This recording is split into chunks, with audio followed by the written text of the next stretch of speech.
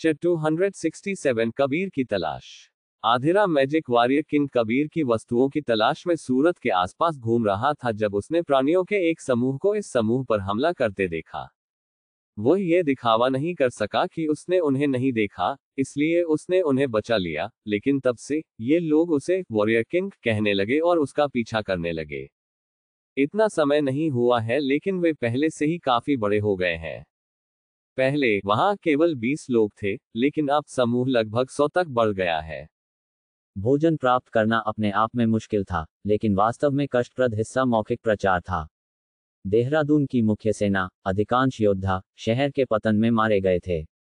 सौभाग्य से कई सरदार और अन्य महान कमांडर बच गए थे, लेकिन तथ्य ये था कि उनकी संख्या कम थी। इसलिए सूरत के लोगों के लिए आधिरा के बारे में अफवाहों की प्रतिक्रिया उद्धारकर्ता के आगमन के समान ही होगी। एक वॉरियर सूरत के चारों ओर घूम रहा है और मजबूत योद्धाओं को इकट्ठा कर रहा है। उसकी फिस्ट से ऐसा लग रहा था मानो मैजिक वॉरियर किंग कबीर वापस आ गया हो। पहले तो इसे महज एक मूर्खतापूर्ण अफवाह समझा गया, लेकिन धीरे धीरे इस बात ने तूल पकड़ लिया और आखिरकार इसमें पंख लग गए और उड़ गई। ऐसा होने में 1 सप्ताह से भी कम समय लगा, और तभी से वे आधिरा को महान किंग कहने लगे। निस्संदेह आधिरा को इस उपाधि से घृणा थी जो उसे दी गई थी। यह सड़ा हुआ है, इसकी परवाह किसे है? यह विचार आते ही आधिरा ने अपनी जीभ चटकाई। तभी एक सेंटूर उसके तंबू में आया। महान किंग, कोई आपसे मिलने आया है। कौन है वह? क्या अफवाहों के कारण और भी किंग आए हैं? मुझे ऐसा नहीं लगता। वह कोई किंग नहीं लग रहा है। झुंझलाकर आधिरा केवल अपना हाथ हिलाकर कह सका, उन्हें पहले अंदर आने के लिए कहो। जल्द ही कोई तंबू में चला गया। जब वह अंदर गई तो अंधेरा तंबू चमकने लगा। यह कोई रूपक नहीं था। उसके बाल, जो स्वयं आग की तरह लग रहे थे, तंबू में मोमबत्ती की रोशनी से भी अधिक तीव्र रोशनी वाले लग रहे थे। आधिरा ने अपनी आंखें सिकोड़ लीं। निश्चित रूप से किंग नहीं। नाजुक उपस्थिति के तहत उनकी घनीभूत मांसपेशियां आसानी से दिखाई दे रही थीं। उस अर्थ में यह स्पष्ट था कि यह महिला एक किंग से बहुत दूर थी। आप कौन है? उद्धरण चिन्ह ... मैं एक सेंटूर हूं, मेरा नाम यामिनी है। यह सबसे अजीब नाम नहीं था जो उसने सुना था। ठीक है यामिनी, तुम क्या चाहती हो? मुझे कुछ पूछना है। क्या है वह? यामिनी ने भारी आवाज में बोलने से पहले गहरी सांस ली। मुझे मार डालो। मानव ने आराध्या को वह सब कुछ बताया जो घटित हुआ था। मानव ने उससे कुछ भी नहीं छिपाया। मानव के शरीर में प्रवेश करने के बाद शायद ये पहली बार था कि वह किसी के प्रति इतना ईमानदार हुआ था। आराध्या की अभिव्यक्ति प्रत्येक कहानी के साथ और अधिक गंभीर होती गई जो उसने सुनी। फिर वह विजेंद्र के विश्वासघात पर आश्चर्यचकित दिखी। एक देवता ने उन्हें धोखा दिया। यह सही है। इस पर विश्वास करना सचमुच कठिन है। ऐसा लगता है कि वह विक्रांत से प्रभावित था। फिर मानव ने कड़वे स्वर में बात जारी रखी। वह मरने के बाद भी हमारी मदद करते रहे। मानव ने एक पल के लिए विक्रांत के बारे में सोचा। चूंकि विजेंद्र के हृदय परिवर्तन में विक्रांत का सबसे बड़ा योगदान था, इसलिए यह कहना सुरक्षित होगा कि उसका प्रभाव उसकी मृत्यु के 3500 साल बाद भी महसूस किया जा सकता है। तो क्या उसने अन्य सभी सर्वनाशों को अपने आप ही मरणासन स्थिति में डाल दिया? क्या आप इस पर विश्वास नहीं कर सकते? क्या आप इस पर विश्वास करेंगे? सर्वनाश उस बूढ़े आदमी की तरह है जिसने जहर का इस्तेमाल किया था। देवता जो उसके जैसे शक्तिशाली थे, संभवतः उंगलियों पर गिने जा सकते थे। मानव ने सिर हिलाया। तब आराध्या ने चेहरे पर हास्यास्पद भाव लाते हुए कहा, इस पर विश्वास करना वाकई मुश्किल है, लेकिन अगर यह सच है तो यह बहुत आश्चर्यजनक है। नाम और क्षमता दोनों में विजेंद्र देवताओं में दूसरे नंबर पर था। इसी बात ने इसे और भी दुर्भाग्यपूर्ण बना दिया। जैसे जैसे डेमिगॉड्स के खिलाफ लड़ाई भयंकर होती गई, विजेंद्र की भूमिका उतनी ही बड़ी हो गई थी। यदि वह अभी भी जीवित होते तो युद्ध की स्थिति अब की तुलना में कई गुना बेहतर होती। हालांकि यह निराश होने का समय नहीं था। विजेंद्र पहले ही मर चुका था, और हालांकि इस समय इसकी पूरी तरह से गारंटी नहीं थी, उन्हें एक और साथी मिल गया था। श्रेया नाम की एक देवता ने मुझे 9 सितारों तक पहुंचने में मदद की। मुझे लगता है कि दुनिया सचमुच बहुत बदल गई है। हमने अपने समय में किसी अर्धगद्दार जैसी चीजों की कभी कल्पना भी नहीं की होगी। आराध्या का बड़बड़ाना अनुचित नहीं था। यहाँ तक कि जब मानव को भी विजेंद्र के विश्वासघात के बारे में पता चला तो उसे पहले तो इस पर पूरी तरह से विश्वास नहीं हुआ। उसके बाद अशोकनगर और सूरत के नाम से जाने जाने वाले देश नष्ट हो गए, है ना? सूरत की राजधानी देहरादून गायब हो गई है। ऐसा लगता है कि महान सरदार ने अपनी जान बचाकर रखी है। एक पल के लिए मन में सोचने के बाद आराध्या ने फिर कहा, बहुत कम जानकारी है। मैं सहमत हूं। हमें यह जानने की जरूरत है कि उन्होंने दो देशों को क्यों नष्ट कर दिया। सबसे बढ़कर यह बहुत अच्छा होगा यदि हम देवता की गतिविधियों की भविष्यवाणी कर सकें। मानव ने सिर हिलाया। देवता वस्तुतः एक चलती फिरती प्राकृतिक आपदा थे, और चूंकि वह एक सामान्य प्राकृतिक आपदा की तरह पूर्वानुमानित नहीं था, और वह कहीं अधिक बदतर था। उनकी अंतरिक्ष समय की गति परेशान करने वाली है। वह एक पूर्ण अस्तित्व वाले व्यक्ति थे जिनके पास अपनी इच्छानुसार लगभग किसी भी स्थान तक परिवहन का जोखिम मुक्त साधन था। तथ्य यह है कि देवता महाद्वीप पर कहीं भी प्रकट हो सकते हैं और गायब हो सकते हैं। इसका मतलब है कि तैयारी और बचाव निरर्थक थे। आराध्या कुछ देर की चुप्पी के बाद बोली, उनकी गतिविधियों पर नजर रखने का एक तरीका है। क्या है वह? हमें नितिका से मदद मिल सकती है क्या?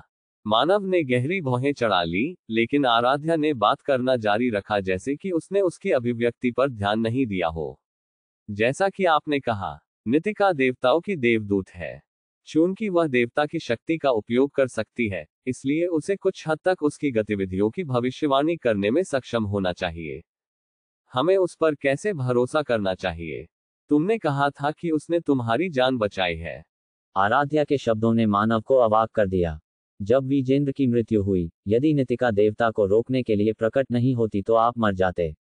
आप जानते हैं कि ऐसा कुछ भी नहीं था जो वह कह सके।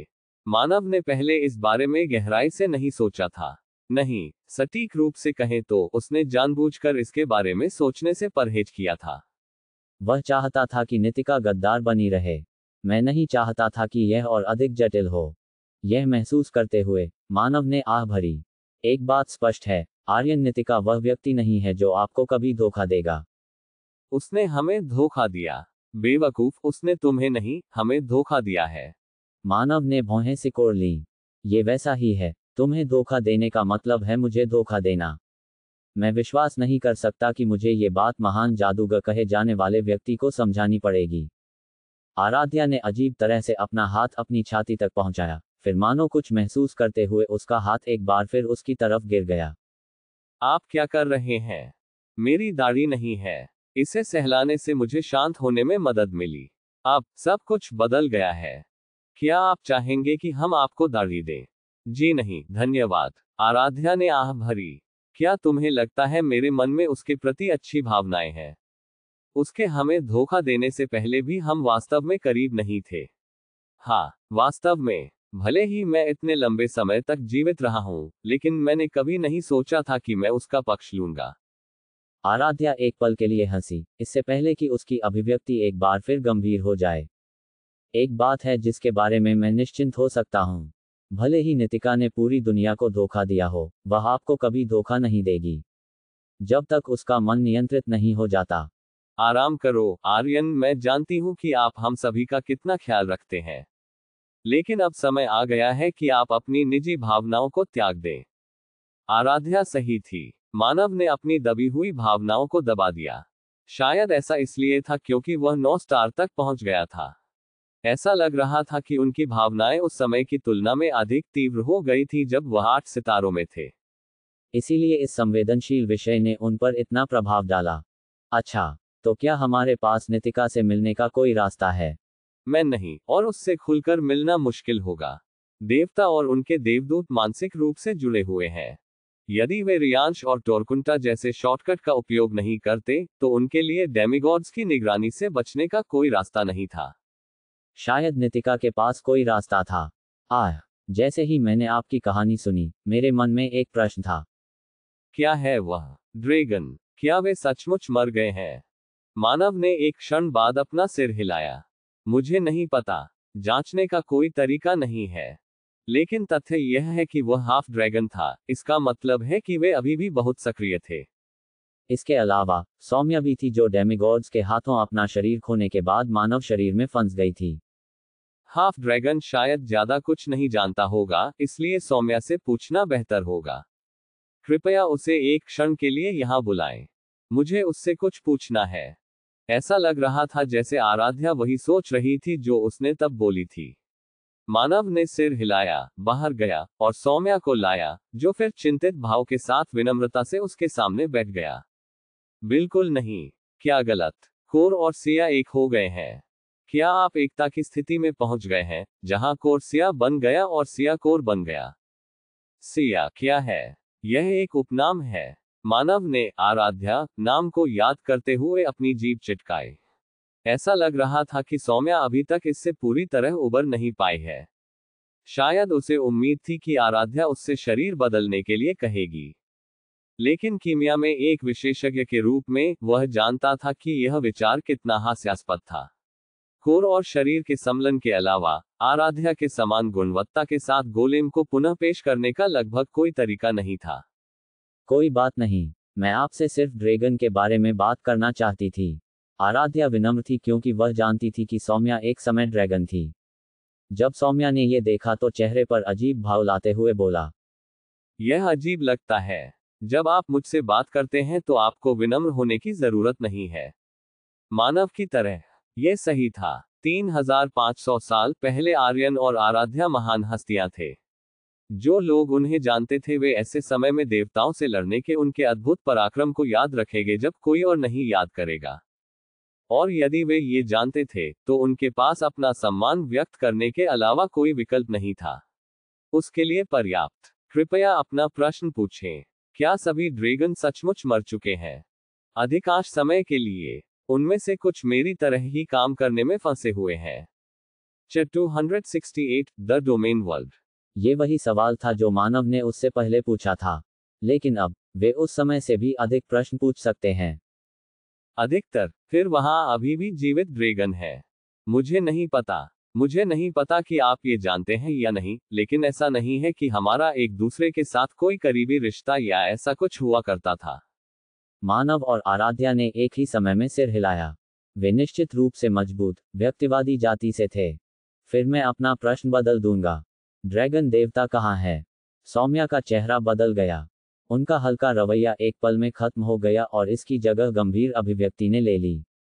एक पल के लिए मानव को ऐसा लगा जैसे वह अपने शिक्षक को देख रहा हो। उसने अपना सिर झुका लिया। ड्रैगन देवता? क्या ड्रैगन के पास कोई देवता थे? उसने ये शब्द पहले कभी नहीं सुना था, लेकिन सौम्या के चेहरे की झलक से मानव को पता था कि यह कुछ गंभीर बात है। तुम्हें इसके बारे में कैसे पता? ड्रैगन के बीच की बात केवल पूर्वज ही जानते हैं। स्कोर को बनाते समय मुझे ब्लू ड्रैगन की मदद मिली। ये हर्षिल नाम का एक ड्रैगन था। हर्षिल। वह। आह भरने से पहले सौम्या ने अपनी जीभ चटकाई। ड्रैगन देवता मर चुका है। मुझसे झूठ मत बोलो। ड्रैगन जनरल महाद्वीप से जुड़ा एक प्राकृतिक प्राणी है। यदि वह मर गया तो महाद्वीप नष्ट हो जाएगा। सटीक रूप से कहें तो वह ऐसी स्थिति में है जो मौत से बेहतर है। आराध्या की अभिव्यक्ति असमंजस की हो गई। दूसरी ओर सौम्या, जिसकी अभिव्यक्ति अविश्वसनीय रूप से शांत थी, बोलना जारी रखा। मैं इसके बारे में केवल रिकॉर्ड से जानती हूँ। महान ऋषि का जन्म 1000 वर्ष पहले होना चाहिए था, यानी 5000 वर्ष पहले। डेमिगॉड्स के देवता और ड्रैगन के देवता, दो पूर्ण प्राणी लड़े और ड्रैगन जनरल हार गए। जैसा कि आपने कहा, ड्रैगन जनरल महाद्वीप से जुड़ा हुआ है, इसलिए देवता ने उसे मारा नहीं, बल्कि उसे दूसरी दुनिया में फंसा दिया। प्रक्रिया थोड़ी अलग थी, लेकिन यह अभी भी उसके अपने मामले के समान थी, इसलिए मानव खुद को पूछने से नहीं रोक सका। वह अभी कहाँ है? मैंने ये नाम पहले कभी नहीं सुना था। नहीं लगता है। तो फिर वह कहाँ है? The domain world. उस पल उसे लगा कि उसने गलत सुना है, इसलिए मानव ने अवचेतन रूप से उससे फिर से पूछा। कहाँ? The domain world. वह दुनिया जहाँ राक्षस रहते हैं। मानव ने अपनी जीभ चटकाई। दानव दुनिया। राक्षसों की भूमि एक ऐसी जगह थी जहाँ किसी भी इंसान ने कभी कदम नहीं रखा था। ये संभवतः इतिहास में पहली बार है। नितिका ने गर्म, अप्रिय हवा को महसूस करते हुए पीछे देखा, जिसे उसने पहले कभी महसूस नहीं किया था। वहां एक पीला सा नवयुवक खड़ा था। हालांकि उसकी शक्ल स्पष्ट रूप से नहीं देखी जा सकती थी, वह जानती थी कि ये शिवा था, जो द डोमेन वर्ल्ड के 6 जनरल में से एक था। वह जनरल के बीच सबसे लंबे समय तक अपने डोमेन, भ्रष्ट नरक पर शासन कर रहा था, और कई राक्षस आसानी से अपना मुंह खोलते थे और घोषणा करते थे कि वह द डोमेन वर्ल्ड का सच्चा शासक था। वास्तव में, यहाँ तक कि घमंडी असुरा ने भी स्वीकार किया कि शिवा उससे एक स्तर ऊपर था।